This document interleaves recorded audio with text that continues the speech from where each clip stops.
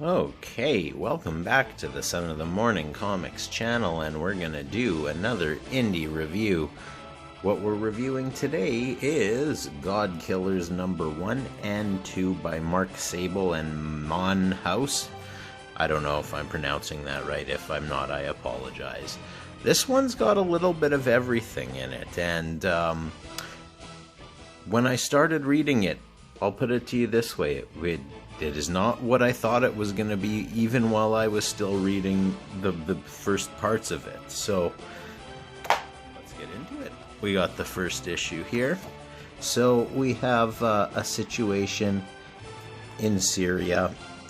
We have, there's, basically, I'll set the scene here for you. There's something that is killing people in Syria within an ISIS camp.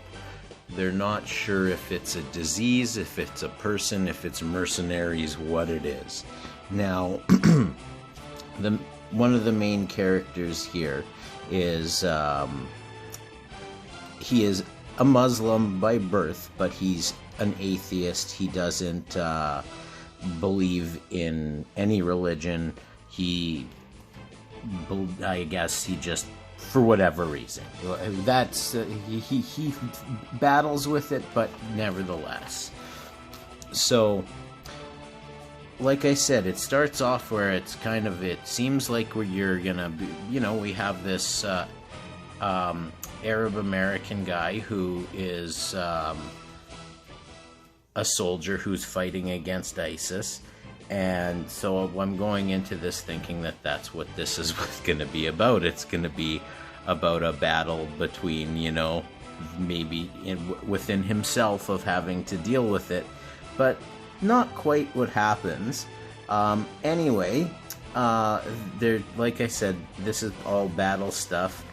But nevertheless, 6 months after the battle, this team is assembled, and the team is gonna has many different people from different areas of the military and civilian life, all sorts of stuff. There's Delta Force people, there's Marine Special Ops people, there's Green Berets, and a CIA intelligence officer who is a very interesting character. Her name is Alex Litvin. So, they don't really know what they're getting themselves into here. All that they know is that in wherever ISIS is, they're being ravaged by some kind of disease or by something. And they need to go in there, and they need to get rid of the ISIS problem, get rid of the other problem. They're fighting a couple different wars here. And of course, the team that is all assembled is called the Godkillers. Now, you can see here, this is just some of the results of what is going on to the people on the other side of this ISIS stronghold, which is in Marawi, the so-called Islamic capital of the Philippines in this book. Now, of course, not everybody in this city is part of ISIS, nor are they all of the people being attacked part of ISIS. But you can see that it's mentioned that, there's wasting, there's disease. Intelligence suggests that some sort of chemical or biological agent. Local rumors run the gamut from witchcraft to vampires to cannibalism. And they're trying to figure out, the Godkillers, what's fact and what's fiction, because it's a little crazy. So, they're trying to plot their plan. How are they going to go about doing this? Trying to figure it out. Nobody's too happy with each other, as you can see. There's sort of like, they're trying to find their ways. Now, what they do is they do manage to capture an ISIS prisoner. And this is a torture scene. And so, you know, they're torturing him here, and they aren't really getting what they want. So then, of course, comes in the CIA agent who really starts to give it to him. And she actually has to be removed and taken away. And her fellow people are telling her that she's a traitor for acting like that. She's calling them cowards. So that gives you a little bit of an indication of her character there. Now, like I said, it is a little confusing at first, because it does jump around a little bit from a year ago to a week ago. But whatever the case may be, we have the crew of different special ops people going into this medical center in the Philippines, because they're trying to figure out what's going on. And they encounter some people, and they say, where are the infected? They're upstairs, they're quarantined. So they go upstairs, and they get themselves into another battle with people up there in before the quarantine area. And we flip the page here. Now they walk into this area here, and like they have this person strapped up here, and there it appears to be a woman, I think. And hard to say though from that angle. And that they're about to execute her, they're about to behead her. So, you know, they spring into action. The shooting starts. Our main guy, I said, the Arab American guy, says that it doesn't matter what he believes, only what he does. Or so I tell myself. I failed someone again, and you can see that this person's head has been removed from their body. But it appears that there was a reason why they were trying to behead this person, and it is because there is some sort of sci-fi cannibalistic vampire like they were suspecting. And he says to himself, I thought facing fear and death would bring me closer to believing that something greater than myself existed. Now I can only pray God forgives me and protects me and protects you for my ignorance. So that's how the first one ends. Like I said, it was a little...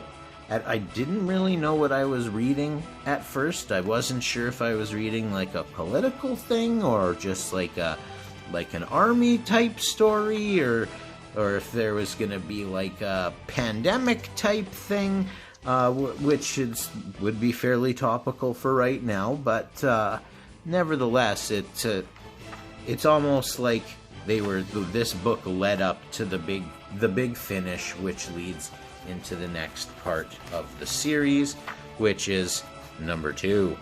So we can see what this creature does to everybody around it. It is ripping them to shreds. Not the friendliest looking person in the world. And then as they sort of retreat back into human form, this is what she looks like in human form. So, and he says to himself while he's, being choked there, he says, you'd think seeing her would change my mind, but the unexplained is not the supernatural, and the supernatural isn't proof of an afterlife, let alone the afterlife I was raised to believe in. Perhaps I was not right to believe in Islam, perhaps wrong to not believe at all. So he is definitely conflicted, and he has now seen the worst of it. Now, all of these people, like I said, they're all having trouble sort of getting along with each other. The CIA agent is kind of had enough of it at this point. So they're at their covert headquarters here, just outside this city in the Philippines where this ISIS stronghold is. And I guess they find some intelligence about this woman who is this monster that's killing people, that she is what they are calling Penanggalang. And now, at least that's what they call her in Malaysia, is what they say. They refer to her as a Mananganagal. Here, essentially, a bodiless vampire. And apparently that they specifically like to feed on pregnant women. But that doesn't seem to be what this specific bodiless vampire is after. So she seems to be more after ISIS. Now, of course, you can see there's still going to be these tensions between the soldiers. Now, with you know, so there's no contagion. They know that it's not a pathogen. ISIS isn't using this as a weapon. It's feeding on them. And this guy says to the Arab American guy, you just can't admit your people would, and he interrupts, says, ISIS isn't my people. And like, the Litviner just said, stay away from me. It's just like, this person's kind of crazy. It's an interesting character throughout this book. So, you know, they realize that they need to kill this thing. They need to get rid of the ISIS cell. I suppose the ISIS cell is here. This is the stronghold. There is suggestions that they should, you know, just bomb the place. But of course, we know that there's civilians. So then someone suggests, how about they go in through below? Now, things don't work out so well. As you can see, as they're trying to get there, they don't actually accomplish much with that. Now, like I said, this isn't really the important parts of the story here. What becomes important here is that we find out that they want to, of course, get rid of the ISIS cell, but they don't want to kill the vampire-ish thing. They want to capture it, and they want to use it as a weapon, which is not all that surprising, but, you know, it is what it is. And so, so they, of course, know that now that they've taken out two ISIS strongholds and put them in a prison, that she's gonna come for them, because that's what she's been doing, and that then they can capture her from that way. So they have a prison full of people for her to feed on, and you know, here she comes. You see the tongue. It's time. It's on. You gotta love the green eyes there too. And this is where it gets really interesting for me. I really, really like the conversation here, so I will read it to you. The green is her, the vampire, bodiless vampire, and the other one is the Arab American soldier. She says, you wear the uniform of an old occupier, one I've seen come and go many times this century, one that now shares an enemy with me. But you have the face of one who was occupied by men in that uniform. Is that why you would save this monster? Because you share his God? He replies, he brings shame to the faith I was born into, but you were feeding on people long before they came here, innocent women and children. She responds, I culled the weak, that is in my nature. No one cared, just like no one cared when these men were beheading my sisters. He responds, your sisters? More like your prey. And she responds, "Only now do you come, when one of us fights back. Why is that? You and your men bring more destruction and more death and destruction than I ever did. Let me clean up your mess." His response is, "I don't think so."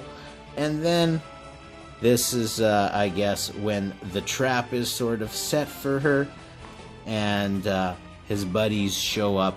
They've got some sort of substance that is, I don't know, holy water maybe? I don't know, it's hard to say. And his, yeah.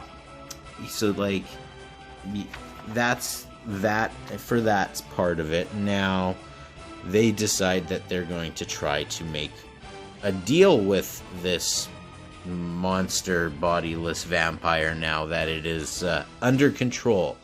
And she asks, what are they proposing? The response is that you come with us, that they're going to give her better treatment and than former captors, and they'll make sure that she's got enough food. Oh, there's some sinister stuff there. And of course, he wants to know who's she going to feed on, but she doesn't care. That's acceptable to her. So then they agree to her to, or she, I guess, agrees to be muzzled so that they will be safe for the time being. And, you know, they're talking about how they're going to need blood samples. And here's the guy I keep calling the Arab American. I don't know how to pronounce this. Is it Al-Hazred? I don't know. If somebody correct me.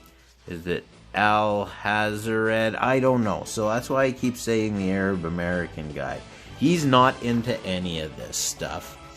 And so, you know, this is just an argument between, they're interrogating a local ISIS leader here. And here he makes, they're talking about this lady.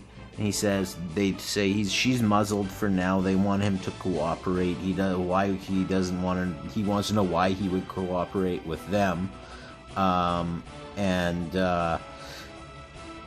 The response is that she doesn't need your head attached to feed on you. Because basically he's saying, what if I tell her what your real plan is? And they say, you know, you don't have to be alive for her to eat you.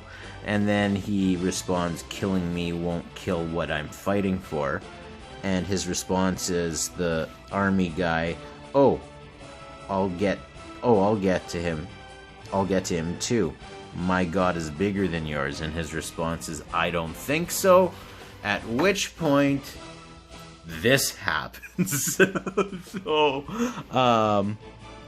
oh boy. So we don't, do I know exactly what happened here? No, I can't say, because it appears that this specific local ISIS leader is more than just a local ISIS leader. He appears to have some sort of super duper power as well. And he appears to kind of be the devil himself, it would look like. So, you know, this is Al-Hazred, I don't know how to pronounce his name, talking, saying, having finally seen evidence of the supernatural, I realized that deep down something scares me more than the oblivion of my atheism. It's the idea that the worst interpretation of my people's faith might be the right one.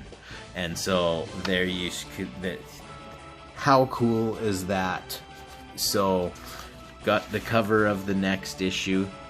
Hopefully it comes out, and it's one thing that's kind of cool at the end of each of the stories. It sort of has a little dossier on each of the main characters in the comic. So I thought that was kind of neat as well. So started out a little slow for me. I was having a little bit of trouble following what exactly was happening because there's so many different elements and so many different genres that are going on. but it really does seem to all come together in issue number 2, and now we know that we are dealing with two supernatural forces that both may be connected to religion. We're not sure, but like I said, it's they've done a really good job of crossing genres here and making it work. So it's something I'd recommend. Godkillers 1 and 2 from Aftershock by Mark Sable and Mon House. Thank you for joining me here on the Son of the Morning Comics channel. If you like this type of content, if you like indie comics, indie reviews, got a lot of them going on here. Hit that like button, subscribe to the channel, leave some comments if you'd like, and you can visit me over on the Twitters at sonofthemorning7. So until the next video, have a good one, everybody.